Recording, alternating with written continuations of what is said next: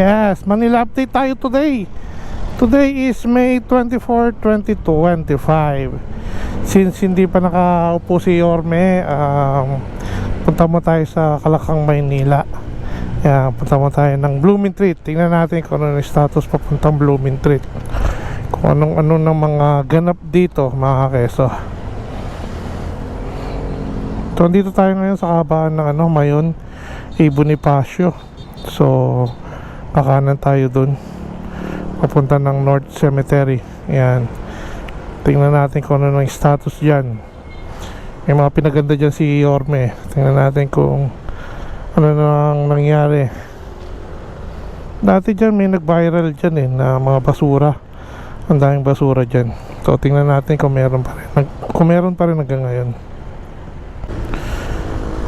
So stop pa tayo. So antay-antay muna tayo, mga keso, para sa update. Pero may nakikita na ako dito, mga keso, sa gilid ng ng North Cemetery, yung pinaganda ni Yorme, yung mga truck na dun.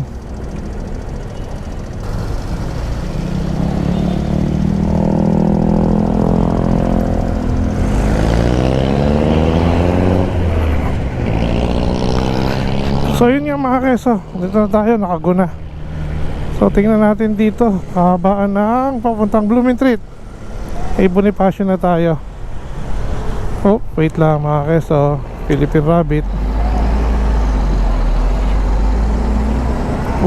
Truck na naman, mga keso.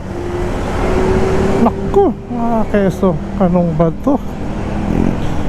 Tingnan nyo, mga keso, ginawa na tong ginawang tirahan na dito. Nag-build na ng bahay dito, mga keso. Ayan sila, mga keso, ang dami. Tapos tambak naman ang basura rito. Ano ba naman yan? Ito na ngayon ng Blooming Treat. Ang dami pang truck dito. Wala to dati. Ba't may naka-stay ng mga truck dito? Yari ka, man. So papunta lang tayo ng North Cemetery. Ito yung North Cemetery sa yan, sa gilid. Ito yung pader na pinaganda ni Yorme. Dati may murals dyan Ngayon wala na, plain na Hindi na naasikaso. Ayan, kung makikita nyo, mga keso, ito pa, may mga basura pa rito, mga keso. Ang dami rito nakahambala. Puro nakasako. Naku, ayun, daming damit. Ayun, mga keso, nasa gilid-gilid. Ito na ba ang Maynila na darat na ni Yorme sa kanyang pagupo? So diretso pa rin ang biyahe natin, mga keso. Ito, puro truck pa rin nandito, mga keso. Ito yung may mga murals na rin, mga keso. Kaso wala na rin mga pinagsunugan na ng tanso. Ayun, puro basura na, mga keso. Ayan po, ito puro truck na. So malapit na tayong stoplight. Ayan pa, mga keso, puro basura. Dami ditong basura. So titingnan naman natin ang status ng Blooming Treat, kung may mga basura rin doon, mga keso. So binabaybay natin ngayon ang kabahan ng Bonifacio papuntang Blooming Treat.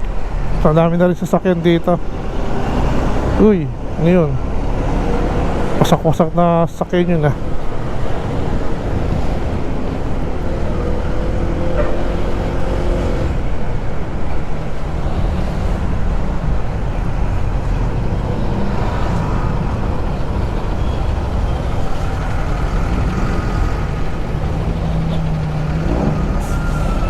So dito na tayo sa stoplight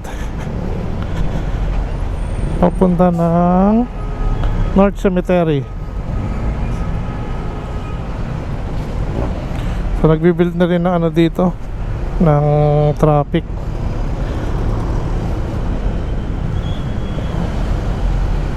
May mga pulis na rin dito.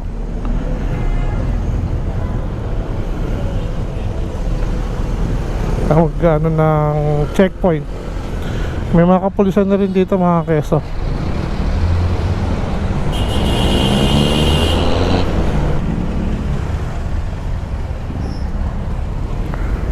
So medyo traffic na rin dito mga keso pagpasok mo ng Blooming Treat. So titingnan natin to, papunta tayo ng LRT. Tingnan natin ang sitwasyon dito.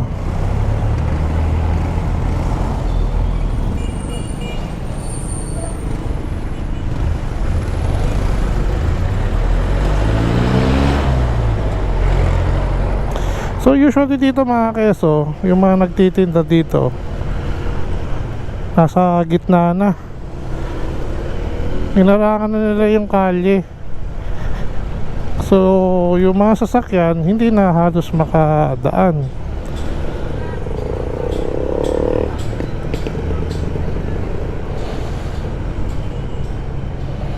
So mga keso, ito entering na tayo ng papunta ng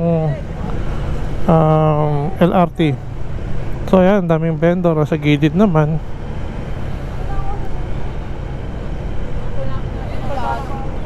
Pero yung iba naka na, sa labas na. Ayan mga keso, tahan nyo mga nagtitinda.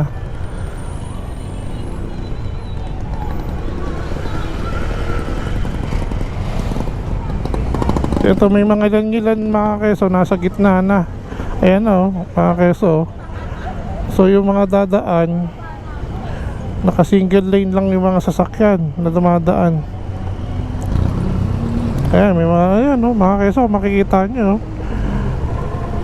dalawang linya yan para sa para sa mga sasakyan, pero sinasakop na ng mga nagtitinda. So one lane lang gumagana ngayon para sa mga sasakyan. Ayan makikita nyo mga keso, mga tricycle dito na nasa gitna na. So one way lang to.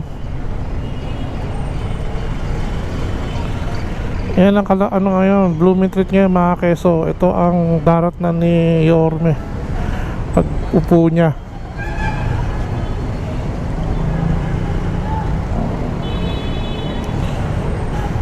So ikot tayo mga keso,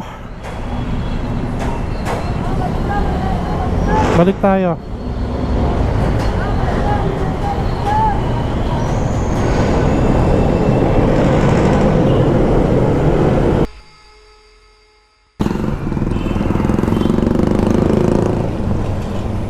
So yung mga keso, lumiko tayo sa Cavite Street.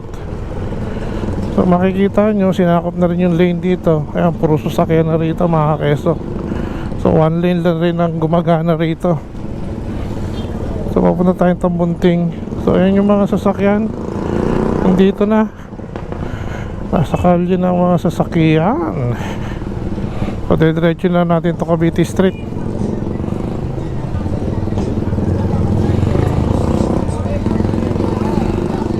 Uy, laki ng lubak.